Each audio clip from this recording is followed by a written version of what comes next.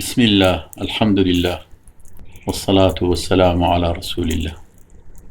بابەتە کەمان بەناوی ئیلحادەوەیە. لە ڕاستیە ئیلحاد بۆ خۆی ئەگەر هەر کەلیمەیەک بەر لەوەی بچینە ناو بابەتەکە، بابەتێکی فەلسەفی و دینی و نەفسی و ئیجتیماعی قوڵە.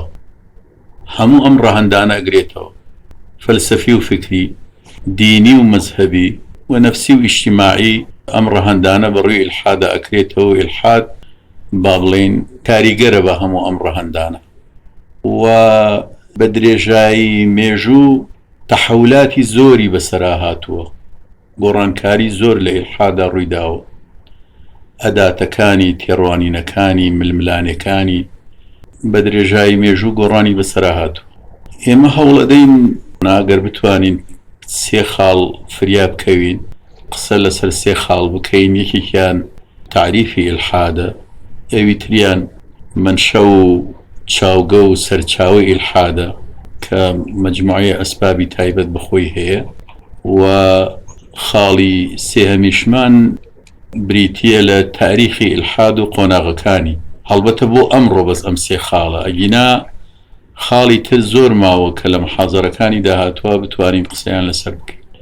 لە سەرەتاوە خاڵی یەکەم پێناسەی ئیلحاد. هەڵبەتە ئیلحاد لە زمانی ئینگلیزیە پێوترێ ئەیتیزم، مووقیفێکی فکریە، هەڵوێستێکی فکریە، ئینکاری بوونی ئیلاه و ئالیها ئەکات، یاخود مووقیفێکی فکریە کە ئیمانی نییە بە وجودی ئیلاه بۆ ئەم کەون و کائینات و حیات و ئینسان. قاموسی کامبرج کە سەرنجمدا ئەوەی بریتانیەکە تعریفی ئیلحادی بەم جۆرە کردووە، ئەڵێ the belief that God does not exist. ئەوەیە کە باوەڕی وایە خوا وجودی نییە، بوونی نییە. لە قاموسی ئۆکسفۆردیشا کە ئەوە دوو جامعی گەورەی بریتانین، کامبرج و ئۆکسفۆرد، تعریفەکەی ئاوا کردووە بە کەمێ گۆڕانکاریەوە. ئەڵێ the theory or belief that God does not exist. ئەمەی بۆ ئیزافە کردووە the theory، ئەو بیردۆزەیە یان ئەو باوەڕەیە پێی وایە خوا بوونی نییە. ئەو وەکو تعریفێک لەو دوو قاموسە مەناوبانگە حەزم کرد ئاگادار بن پێی. هەڵبەتە ئیلحاد جیایە لە لا ئەدری. هەندێک کەس لا ئەدری، نازانم ئایا خوا هەیە یان نییە، ئەو بێلایەنیە لە نێوان دوو جەمسەرەکە. جەمسەری ئەڵێ خوا هەیە و جەمسەرێکیش ئەڵێ خوا نییە. جۆرێ لە عەدەم ئینحیازی هەیە کەسەکە بۆی. هەندێک کەس ئەیکا بە بەشێ لە ئیلحاد، هەندێک کەسیش ئەیکا بە بەشێ لە باوەڕ. بەڵام لە ڕاستیە لە بینی ئەم دوانایە، هیچ کامیان نییە لا ئەدریە. لا ئەدریە واتە نازانم. دوو جۆر ئیلحادی سەرەکی هەیە برایان.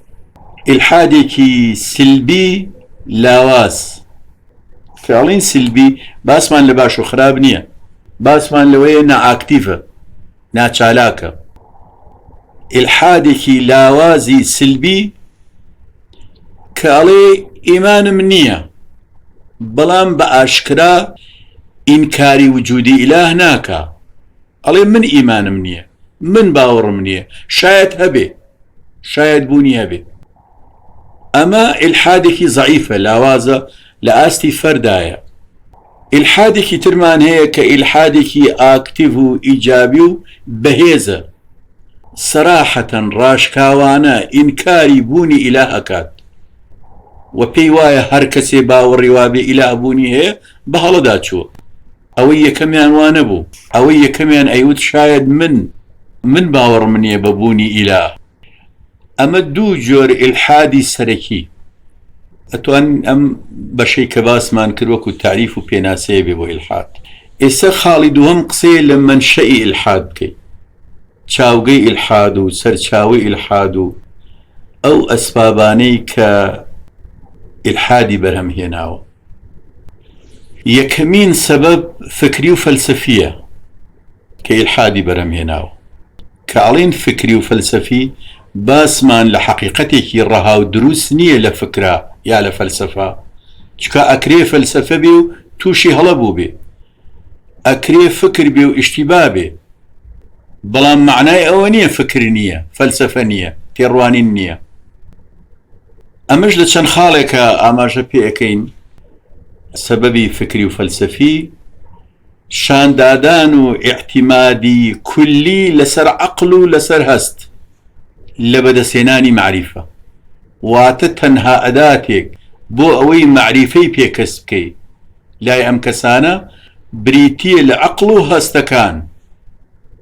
لە دەرەوەی ئەمە شتێک نییە ناوی بنێن معریفە، ئەوەی کە ئەمانە بەدەستی ئەهێنن معریفەیە و بە هەموو معنایە دوور ئەکەونەوە لە مەسائلی ڕۆحانیات و میتافیزیک و یعنی ئەم بابەتە لە مەناهیجی علمی تەنانەت دوور خراوەتەوە. هەر بابەتێ سەر بکێشێ بۆ ڕۆحانیات، هەر بابەتێ سەر بکێشێ بۆ معنەویات، بۆ میتافیزیک لە مەناهیجی علمی سەردەمە دوور خراوەتەوە. علمی سەردەم بەو تعریفەی کە علم ئەمڕۆ ئەکرێ ئێعترافی پێ ناکە، دانی پیانانێ، ئەی خاتە دەرەوەی خۆی ئەڵێ مەنهەجی علمی قبوڵی نییە. لە کاتێکە ئەم مەنهەجە علمیە مەنهەجێکی مادی سنووردارە، تەنها ئیعتیمادێکی عەقڵ و تەجروبە و هەستەکانە و شتێکی تر نییە. سەبەبێکی تر لە هەر لەم خاڵە ئەسبابی فکری و فەلسەفی زیاتر بۆ دنیای ئیسلام بریتیە لە کاریگەربوون و چاولێگەری لە عەلمانیەت و ئەو لایکیەتەی کە لە خۆرئاوا سەری هەڵداوە و ئەو تەتەور و گەشە زانستیەی کە لە خۆرئاوا سەری هەڵدا. کاریگەربوون بەمە ئیلحادی لای ئێمە، ئیلحادی جیهانی ئیسلامی جۆرێ لە تەقلیدی تایە، جۆرێ لە کاریگەربوونی تایە بەوەی کە لە ئەوروپا سەری هەڵداوە لە مەسەلەی عەلمانیەت، بە تایبەتی عەلمانیەتێکی ئیلحادی و تەتەوری علمی و زانستی. سەبەبێکی تر لە ئەسبابە فکری و فەلسەفیەکان خراپ حاڵی بوونە لە دین و حەقیقەتی دین، کە ئەڵێن دین مەبەسمان سەرچاوەی دین و نوسوسە دینیەکانە و زاهیرەی دین بە شێوەیەکی گشتی، تێنەگەیشتنی دروست لە دین و لە دەقە دینیەکان سەبەبێکە بۆ سەرهەڵدانی ئیلحاد. خاڵێکی تر ئەمەیان هەر لە ڕووی فکرەوە باسەکەین، دواتر تەفسیل مەم خاڵە ئەدەین. نەقد و ڕەخنە لە ممارەسەی دینی هەڵە، واتە کۆمەڵێ ڕەفتاری دینی لە پیاوانی دینی یان لە کەسانێ بەناوی دینەوە کە ئەبێتە هۆی تێگەیشتنی هەڵە لە خودی دین، چکە لە هەردوو تەرەفەکەوە ئەدرێتە پاڵ دین. ئەگەر پیاوانی دین ئەنجامی بن ئەڵێن ئەمە خوا وای وتووە، پێغەمبەرەکە وای وتووە، کارەکەی خۆی پیرۆز ئەکات بە قەولی خوا بە قەولی پێغەمبەر، مەلەفێکی پێیە ئەیەوێ شەرعیەت بەم مەلەفە بە مەلەفێ لە قەنەعاتی خۆی، لە ئیجتیهاداتی خۆی، تەنانەت هەندێک جار لە مەساڵحی خۆی ئەیباتە ناو نوسوسە دینیەکان مۆری لێدا، مۆری شەرعیەتی لێدا، کە ئەمە خراپترین دەستبردنە بۆ دین. تۆ خۆت لە ناو دینا جێ بکەیتەوە مەسلحەتی خۆت بۆ چوونەکانی خۆت، نەک ئەوەی بە عەقڵێکی حڕ مەزن ڕوو لە نسووسی دینیکەی بزانی نسووسە دینیەکان چی ئەڵێن، بێ قەراری پێشینە، بێ بڕیاری پێشینە. ئەمە فەرقی هەیە لەگەڵ ئەوەی کەسێک لە دەرەوەی دین بۆ چوونێکی بۆ دروست بووە، ئەوجا ئەم بۆ چوونەیەنێ ئێوێ لە ناو دینە تەئسیلی بکە، ڕیشەداری بکە، نسووسی بۆ بدۆزێتەوە، دووشتی گیان لێ. ئەمە چەند سەبەبێکی فکری و فەلسەفی. هەر لە ئەسبابەکان هەندێک لە ئەسبابەکان نەفسی و ئیجتیماعین، کۆمەڵایەتین. ئەو کەسەی کە سەری لە ئیلحادەوە دەرئەچێت هەندێک جار لە ژیانی مناڵیە هەندێک سەدمەی لە دەستی دین خواردووە، سەدەماتی دینی توش هاتووە لە تەمەنی مناڵی یا لە تەمەنی مراهقە هەرزەکاری. بە نمونە ترساندنی بەردەوام لە خوا و لە ئاگر. ئەم مناڵە بەردەوام لە خوا ترسێنراوە، خوا بۆ بە دێوەزمە لای ئەو، بەردەوام بە ئاگر ترسێنراوە.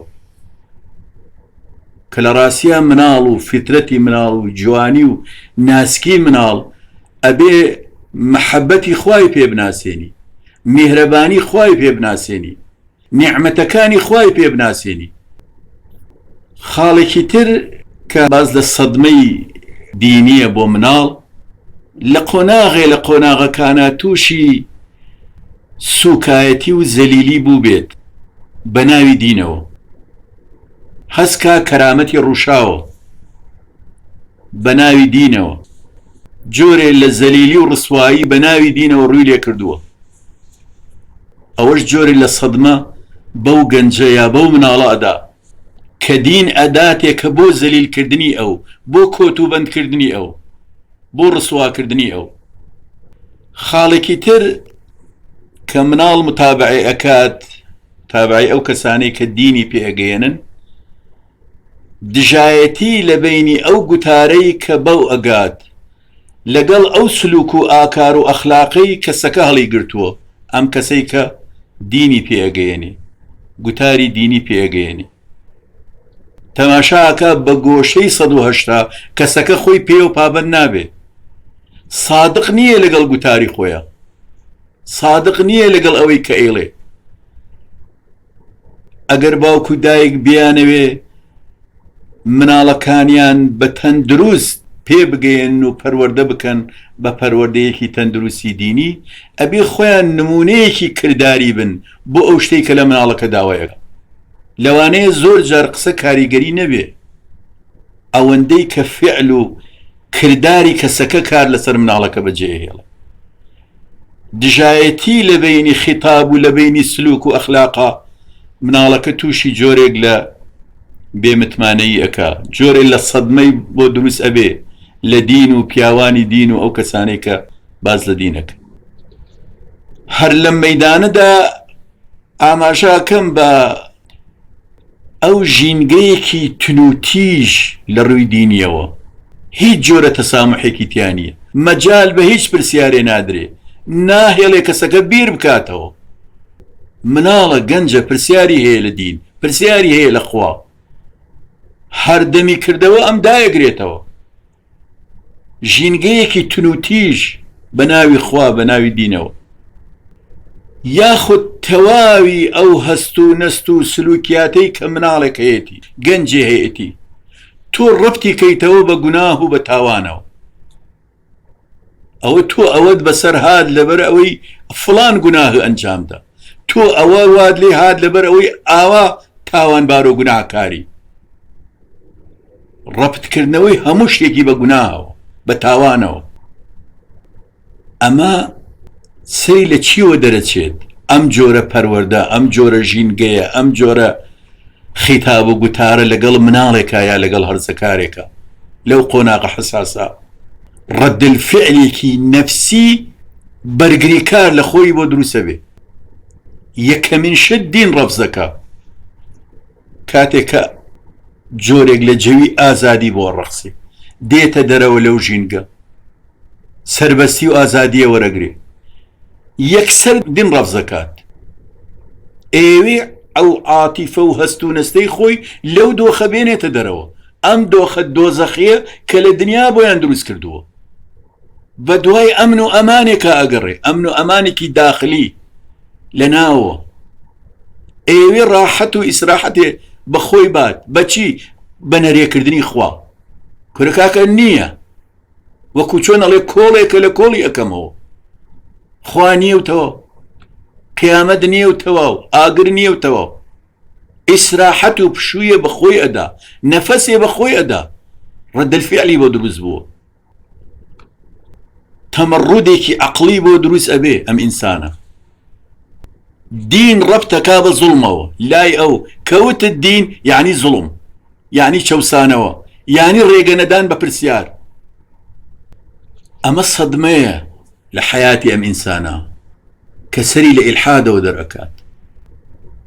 هەر لەم خاڵە کە باز لە ئەسبابی نەفسی و ئیجتیماعی ئەەکەین، باشە ئاماژەیە بکەین بە ئیستیبداد و زەبر و زەنگی پیاوانی دین و مؤسسەی دینی، بالئەخەس لە ئاینی مەسیحی و مەزهەبی کاسۆلیکی. چونکە بەڕاستی ئەوەی کە لە ئەوروپا بە ناوی خوا و دین و پیاوانی دینەوە کراوە، دنیای ئیسلامی ئێمە ناڵێن خاڵیە لێی، ناڵێن خاڵیە لێی، بەڵام تا ڕادەیەکی باش لە دنیای ئیسلامە ئازادی بوونی هەبووە، ئازادی فکری بوونی هەبووە. ئەکرێ لەسەر ئاستی فەرد و خێزان و ئەوانە تند و تیژی و چەوسانەوە و ئەوانە بوونی هەبوو بێ، ئەکرێ، بەڵام بە شێوەیەکی گشتی ئەو ئازادی کە لە دنیای ئیسلاما بوونی هەبووە لە عالەمی مەسیحیا بوونی نەبووە، لە ئەوروپا بوونی نەبوو، بە تایبەتی لە سەدەکانی ناوەڕاست. سێ زانای گەورەی ئەوروپی هەمیشە ناویان هەیە، هەر کاتێ باز لە عیلم و دین ئەکرێ، باز لە ئیلحاد و دین ئەکرێ، باز لە حڕیەتی فکر و دین ئەکرێ، باسی کۆبەرنیکۆس و غالیلۆ و برۆنۆ دێتە ئاراوە. من پێم باشە باس و خواز لەسەر ئەم سێ زانایە بکەین. غالیلۆ یان گالیلۆ لە قەرنی حەڤا ژیاوە، ئەم پیاوە باوەڕی وا بوو کە زەوی مرکزی کەون نییە. تەمەن ئەومان لەبیر نەچێ کە پیاوانی کڵێسا و کەنیسە باوەڕیان وا بوو زەوی مرکزی ئەم گەردونە بەرینەیە و باوەڕیان وا بوو کە خۆر بە دەوری زەویە ئەسوڕێتەوە.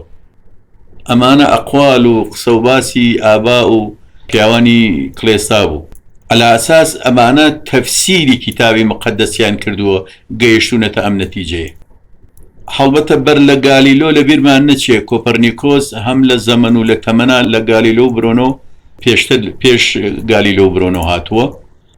لەسەر ئەوە بوو کە زەوی هەڵبەتە سەلماندی بە ڕێگەیەکی بیرکاریانە و بە چەند ڕێگەیەکی تر کە ئەم زەویە مرکزی کەون نییە، بەڵکو هەسارەیەکە لە هەسارەکە.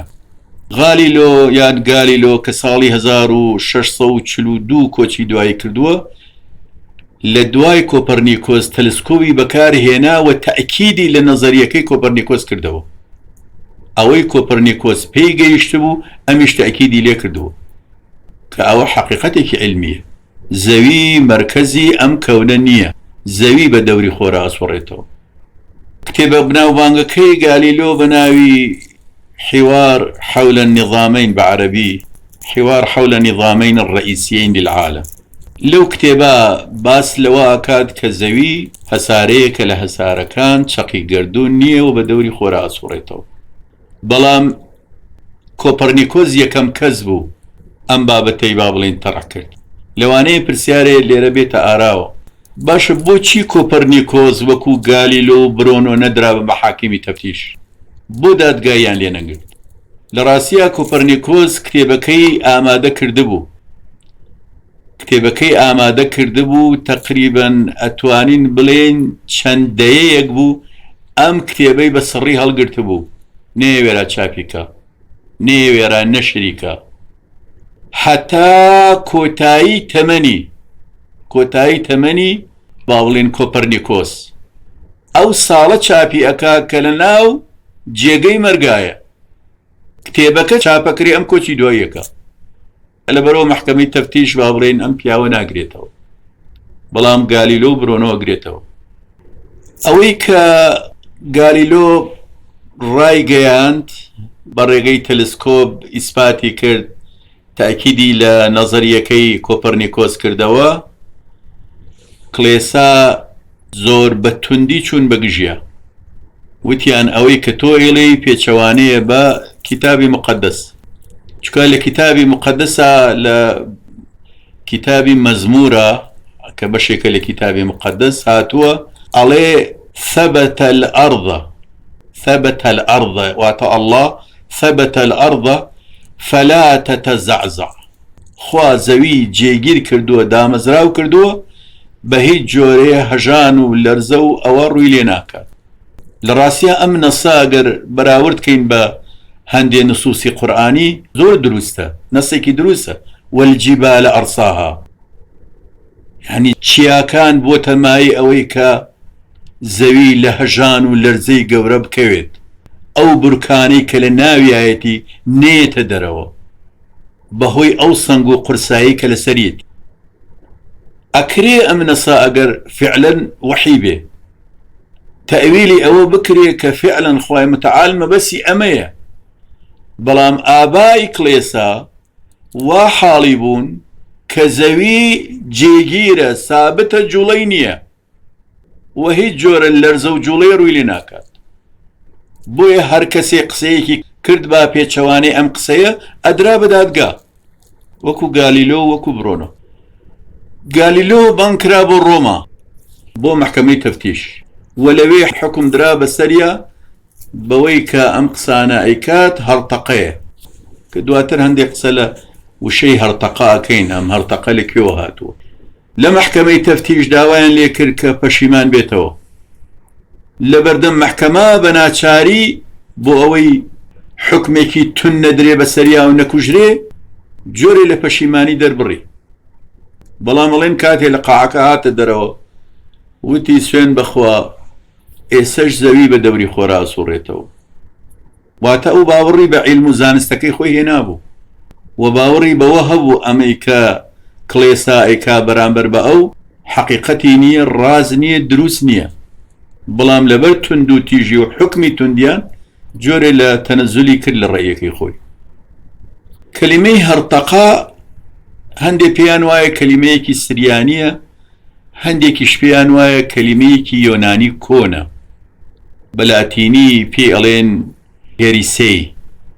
هێریسەی زیاتر لە سەدەکانی ناوەڕاستە ئەم وشەیە هاتە ئاراوە ئاوا پێناسەکراوە هەڵگرتنی بیرروباوەڕێکە بڵاوکردنەوەی جۆرە بیرروباوەڕێکە کە پێچەوانە و دژە بە عەقیدە و بیرروباوەڕی ڕەسمی ئاینی مەسیحی کاسۆلۆکی ئاوا تعریف کراوە قسەیەکیش بکەین لە محکەمەی تەفتیش چونکە زۆر جار ئەم کەلیمە دووبارە ئەبێتەوە ئەم محکەمەی تەفتیشە چی بووە و چۆن بووە محاکمی تەفتیش بریتی بوو لە مؤسسە و دامەزراوەی قەزایی کڵێسا دەستگای قەزای کڵێسا بریتی بوو لە محکەمەی تەفتیش کڵێسای کاسۆلێکی مەبەسمانە ئەمیش دیسان لە عسووری وستا و چاقەکانی ناوەڕاستە هاتوۆتە ئاراوە هەدەف و ئامانجی سەرەکی ئەم محکەمەیە گەڕان بووە بە دوای ئەوانەی کە بە پێی تعریفی هەڵبەتە کڵێسا هەرتەقەیان هەبووە محکەمەکردنیان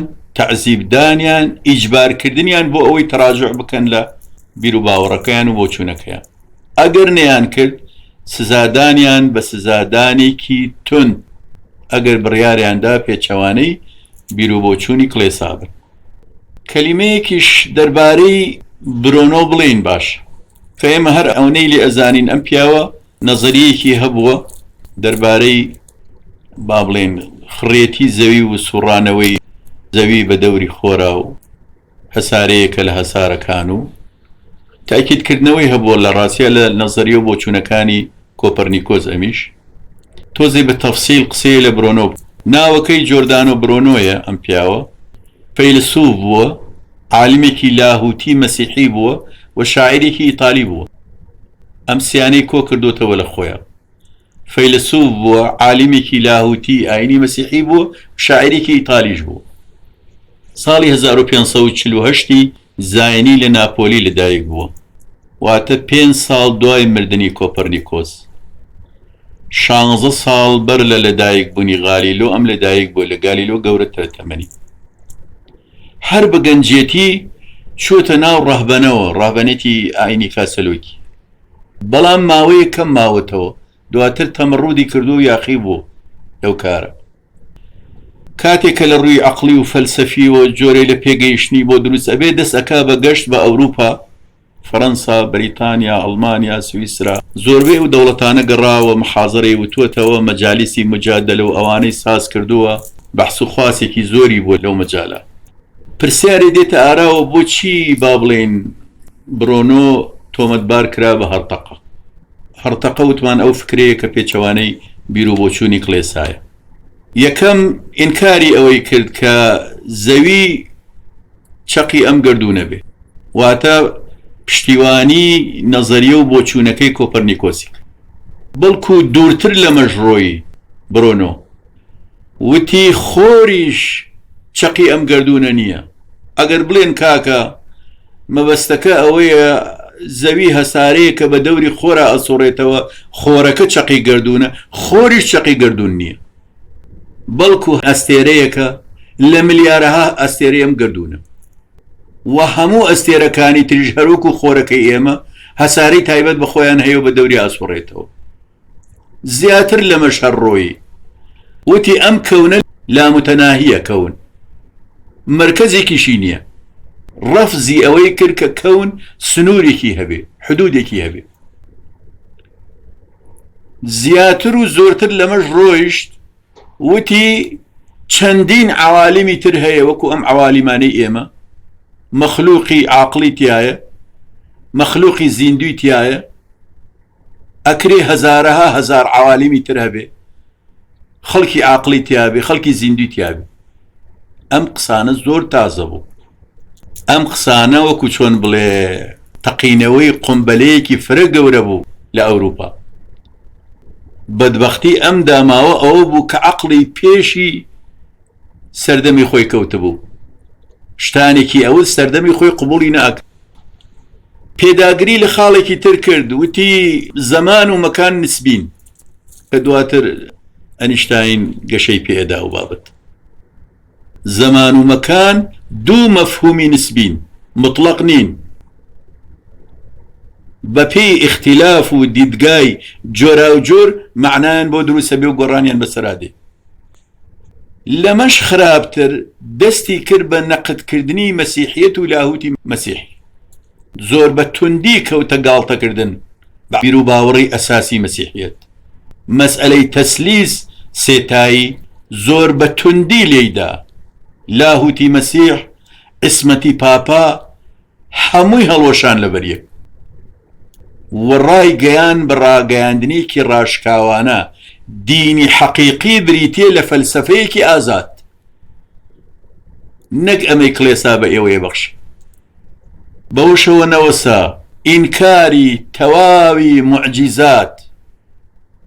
معجیزاتی پێغەمبەران و پاپا و پیاوانی کڵێسا ئینکاری تەواوی ئەوەی کرد و ئینکاری سوڵتە و دەسەڵاتی کڵێسای کرد بە سەریحی ئەوەی ڕاگەیان کە معجیزە فرت و فێڵێکە لە خەڵکەکە بێ بە معجیزە و سوڵتەی دینی ئامڕازێکە بۆ ئەوەی کە دیکتاتۆریەتێکی ڕۆحی دروست بکات بۆیە ئەبینی سزادانەکەی زۆر گەورەیە بڕۆنەوە سووتاندن بە زینوی زۆر سەختە لە ساڵی 1591 یەکێ لە خانەدانەکانی ئیتالیا لە یەکێ لە دەوڵەتەکانی تری ئەوروپا بوو بانگهێشی کردەوە بۆ ئیتالیا کە بە قەناعەتی من سینارێ بۆ ئەوی کە ڕای کێشنەوە ئیتالیا لەوێ سزای بن بانگهێشێکی بۆ ناردهێنایەوە بۆ ئیتالیا ساڵی 1591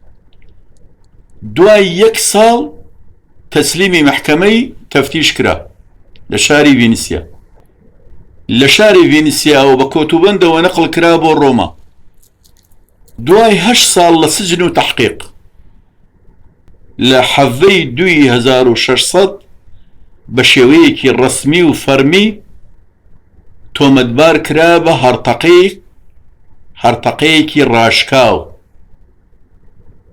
لە ساحەی کامبۆدیڤێری کە لە ڕۆمایە بە زیندوی سووتێنرا ئەو ڕۆژەی کە بردیان بۆ سووتاندن دەمیان تند بەستە بوو نەوەکو هاوار بکا و قسە بکا شتێک بڵێ خەڵکەکە قەناعەتی بگۆڕێ باوەڕ بێنێ بە قسەکانی بۆیە تند دەمیان بەستە بوو و جەنازەی نەبوو تا بینێژن ئەو خۆڵە مێشوشتەی کە لێی پەیدا بوو کردیانە ناو دەریا و ناو ڕووبارەوە لە دوای نزیک بە 300 ساڵ لە هەمان ساحە ساڵی 1889 پەیکەرێ بۆ برۆنۆ دروست ئەکرێتە ڕەمزی ئازادی بیر و بۆچوون زۆرێک لە بیرمەندان و ملحیدانیش بە شەهیدی عەقڵ برۆنۆ تەماشاک باشە قسەیەکیش بکەین برایان لە فەسادی ئەخلاقی بە ناوی دینەوە فەسادی ئەخلاقی ئەوەیە کە بەناوی دینەوە کۆمەڵێ ممارەسەی حرام لە ڕووی دینەوە تاپۆ و قەدەغا ئیجتیماعیەن کەسەکان ئەنجامی بدەن. بۆ نمونە ئەو چەکی غوفرانە کە کڵێسا دایهێنا بوو ئەبەخشرا بەرامبەر بە مەبلەغی پارە کە ئەدرا بە کڵێسا.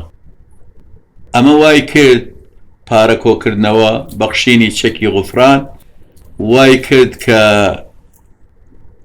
سەروەت و سامانێکی زەبەلاح بۆ کڵێسا و پیاوانی کڵێسا دروست بکات. دین بوو بە بازرگانی، دین و بازرگانی بوو بە عملەیەکی دووڕوو.